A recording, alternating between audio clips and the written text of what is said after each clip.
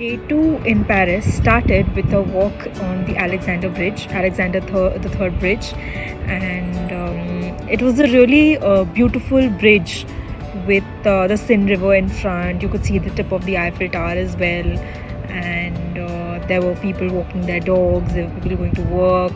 It was a nice, peaceful walk, and after that, we decided to grab some lunch. Time to visit Chateau de Chantilly. That was actually the highlight of the day.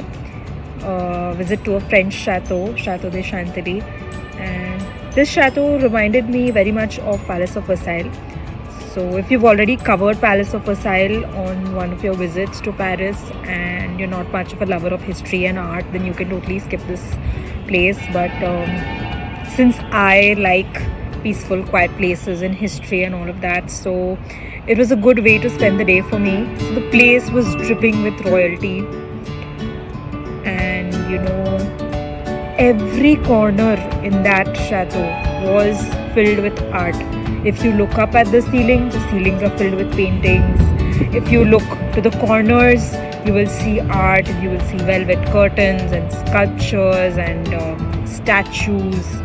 And if you see the doors, they have carvings, very, very ornate carvings in gold. If you see the walls, they are lined with paintings or with mirrors, and very old mirrors. If you look at the windows, they're not just plain ordinary windows. They are stained glass windows and books and a very old, beautiful fireplace. You look at the furniture, it's covered in art. I mean, even the seats were embroidered, or they had some kind of painting, or they were telling a kind of story. So the entire place was speaking for itself in a way. And then after that, when we came out,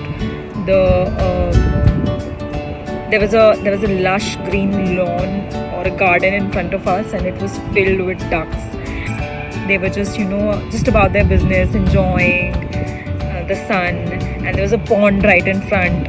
And there was wind blowing, so you can actually hear the rustling of the leaves and the grass, and it was so peaceful. It was so different from my usual day in the city, with cars and traffic and all of that, but this was totally out of the world.